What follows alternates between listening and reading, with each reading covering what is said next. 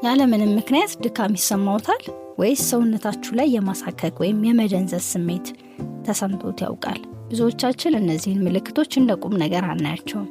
ነገር ግን ሰውነታችን ውስጥ የሆነ የጎደለ ነገር እንዳለ የሚነግረን በዚህ ምክንያት ነው። ሰውነታችን በዚህ መንገድ ነው የሚነግረን። ዛሬ ሰውነታችን የሚሰጥን 15 ወሳኝ ማስጠንቀቂያዎችና በተፈጥሮ ምግቦች እንዴት ማስተካከል እንደምንችል አብረን እናያለን።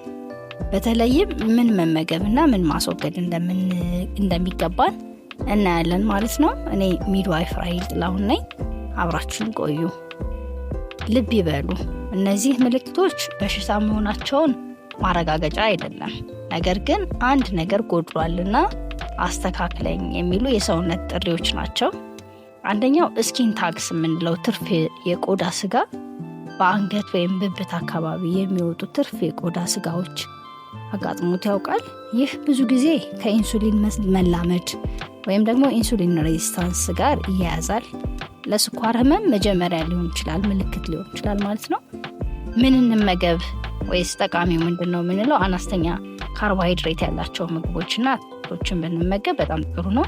ምን እንቀንስ የሚለው ላይ ስንመጣ ስኳርና ጣፋጭ ምግቦችን እንዲሁም የዱቄት ተዋጽኦች ማለት ነጭ ዳቦ፣ ፓስታ፣ ያው ማካሮኒም አብሮ ይሄዳል፣ የመሳሰሉትን በእጅጉ መቀነስ ያስፈልጋል። ሁለተኛው የሌሊት ማሳከክ ነው። ኢቺንግ አት ናይት፣ ማታ ማታ ሰውነትዎትን የማሳከክ ስሜት መኖር፣ በተለይ ወደ ታችኛው የሰውነት ክፍላችን አካባቢ፣ ይህ የፈንገስ ኢንፌክሽን ወይም የሰውነት በሽታ የመከላከል አቅም መውረድ ሊሆን ይችላል። ምን እንመገብ ለሚለው ነጭ ሽንኩርት ተፈጥሯዊ አንቲባዮቲክ ስላለው ጸረ ባክቴሪያ በመሆኑ ማለት ነው በጣም ይጠቅመናል። እርጎና ጤናማ ቅባቶችን መመገብ በጣም አስፈላጊ ነው። ሶስተኛ ላይ የምናየው እረፍት የለሽ እግር ወይም ረስትለስ ሌግ የምንለው ነው። በተለይ ማታ ሲተኙ እግሮ ይንቀሳቀሳል ወይም የማቃጠል ስሜት ይኖራል። ይህ የቫይታሚን B1 ወይም ታያሚን እጥረት ሊሆን ይችላል። ምን እንመገብ የምንለው የአሳማ ስጋ የሚበሉ ከሆነ ማለት ነው። አንዳንዴ ከሃይማኖት ጋር ስለሚከለከል የሱፍ ፍሬ እና ጥራጥሬዎች። ምን እንቀንስ? አልኮልና የተጣሩ ዱቄቶችን፣ ፓስታ፣ ዳቦ ይቀንሱ። ምክንያቱም እነዚህ ታያሚንን ወይም ቫይታሚን B1ን ይመጣሉ በጣም ስለሚቀንሱ እነዚህን በጣም መቀነስ ያስፈልገናል። አራተኛ የእግር መደንዘዝ ነው። ቲንግሊንግ ኢን ፊትስ እንለዋለን። እግሮ ላይ የመወጠር የመውረር አይነት ስሜት ወይም ደግሞ የመደንዘዝ ስሜት ካለ ይሄ የነርቭ ችግር ምክንያት ሊሆን ስለሚችል ጥንቃቄ ያስፈልጋል። ምን እንመገብ የሚለው እንደ ቅድሙ ቫይታሚን B ላይ እንዳየነው ማለት ነው የበለጸጉ ምግቦችን እና አረንጓዴ ቅጠላማ አትክልቶችን መመገብ በጣም አስፈላጊ ነው። አምስተኛ ላይ የድድ መድማት ወይም ብሊዲንግ ገምስ፣ ጥርሶን ሲቦርሹ ደም ይፈሳል በቀላሉ መድማት ማለት ነው። ይሄ ግልጽ የቫይታሚን C እጥረት ነው። ምን እንመገብ ለሚለው ሎሚ፣ ብርቱካን፣ ቃሪያና ጎመን መመገብ ስኳርን መቀነስ ድድን ጤናማ ያደርጋል። ስድስተኛ ላይ ተደጋጋሚ ሳል ወይም ክሮኒክ ካፍ የምንለው ጉንፋን ሳይዘን ሳል ያስቸግረናል። ይሄ የካልሲየም እጥረት ምልክት ሊሆን ይችላል። ምን እንመገብ ለሚለው ወተት፣ አይብ፣ ሰሊጥና አረንጓዴ አትክልቶችን መመገብ በእጅጉ ጠቃሚ ነው። ሰባተኛ የእጅ መገጣጠሚያ ህመም ወይ ሬስት ፔን የምንለው ማለት ነው፣ መታጠፊያ ላይ የሚሰማን። ይህ ችግር ካለቦት የቫይታሚን B6 እጥረት ሊሆን ይችላል።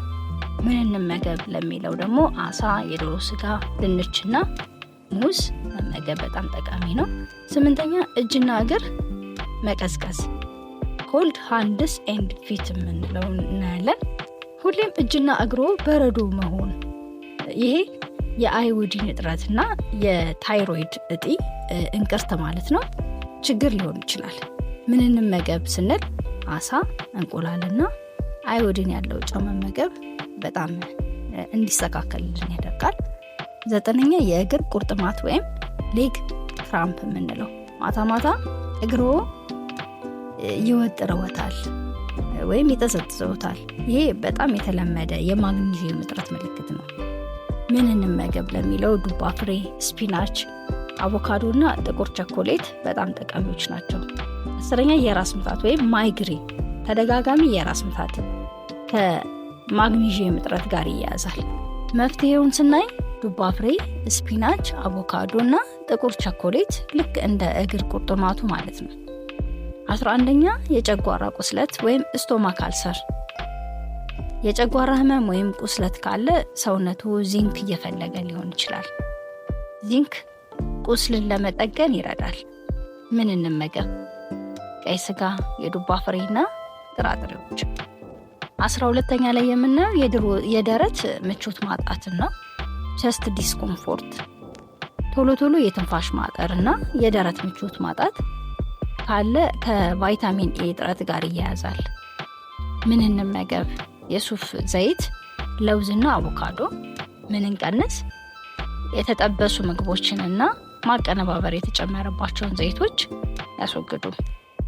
13ኛ ሸካራ ቆዳ ወይም ራፍ በንብስ፣ ክንዶ ላይ በጣም ሸካራ ነጠብጣብ የሚመስል ቆዳ ጎስ በንብስ የሚመስል ሸካራ ነገር ወጥቷል።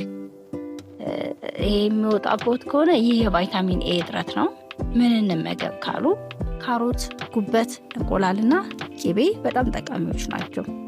14ኛ ከፍተኛ ድካም ወይም ፋቲግ የምንለው ምንም አቅም የለዎትም። ይሄ የጨው ወይም የሶዲየም ወይም የኤሌክትሮላይት አለመመጣጠን ሊሆን ይችላል። መፍትሄው በቂ ውሃ መጠጣትና ጥራት ያለው ጨው እንደ አሞሌ ያለ ወይም ሲው ሳልት በምግቦ ላይ በልክ መጠቀም በጣም አስፈላጊ ነው። 15ኛ ላይ ደረቅ ቆዳ ድራይ ስኪን ማለት ነው። ቆዳው በጣም ይደርቃል። ይሄ የኦሜጋ 3 እጥረት ነው። ምን እንመገብ? አሳ፣ ተልባና ዋልነት በጣም ጠቃሚዎች ናቸው። አንድ ተጨማሪ ቦነስ ልጨምርላችሁ። ጥፍሮ ላይ ነጠብጣብ፣ ነጭ የሆኑ ነጠብጣቦች ወይም እንደ ሰረዝ የመሰለ ነገር አይታችሁ ታውቃላችሁ? ብዙ ጊዜ ልብስ ሊገዛልኝ ነው እንላለን አይደል? በተለይ በልጅነታችን ማለት ነው። እውነታው ግን ይሄ የዚንክ እጥረት ምልክት ነው። ጥፍሮ ዝም ብሎ የሚቆራረጥ ቶሎ የሚሰባበር እና ክርትፍትፍ የሚሆን ከሆነ ይሄ የዚንክ እጥረት ምልክት ነው። መፍትሄው ዚንክ ያላቸው ምግቦች እንደ ስጋና የዱባ ፍሬ መመገብ ነው። ውድ ቤተሰቦቼ፣ እነዚህ ምልክቶች ሰውነታችን የሚያሳየን ቀይ መብራቶች ናቸው። ምልክቶቹ ከባድ ከሆኑ ወይም ካልጠፉ ግን ሐኪም ማማከር እንዳትረሱ። በእነዚህ ምግቦች የማይቀየር ከሆነ ማለት ነው። የትኛው ምልክት በእናንተ ላይ ታይቶ ያውቃል? ኮሜንት ላይ ጻፉልኝ። እኔ ብዙ ጊዜ ነጭ ነጠብጣቦቹ የጥፍሩ ማለት ነው የመጨረሻው ታይቶብኝ ያውቃል። ቪዲዮውን ከወደዱት ላይክ፣ ሼር እንዲሁም ሰብስክራይብ ማድረግዎን አይርሱ። ስላዳመጣችሁኝ አመሰግናለሁ። ጤና ይስጥልኝ።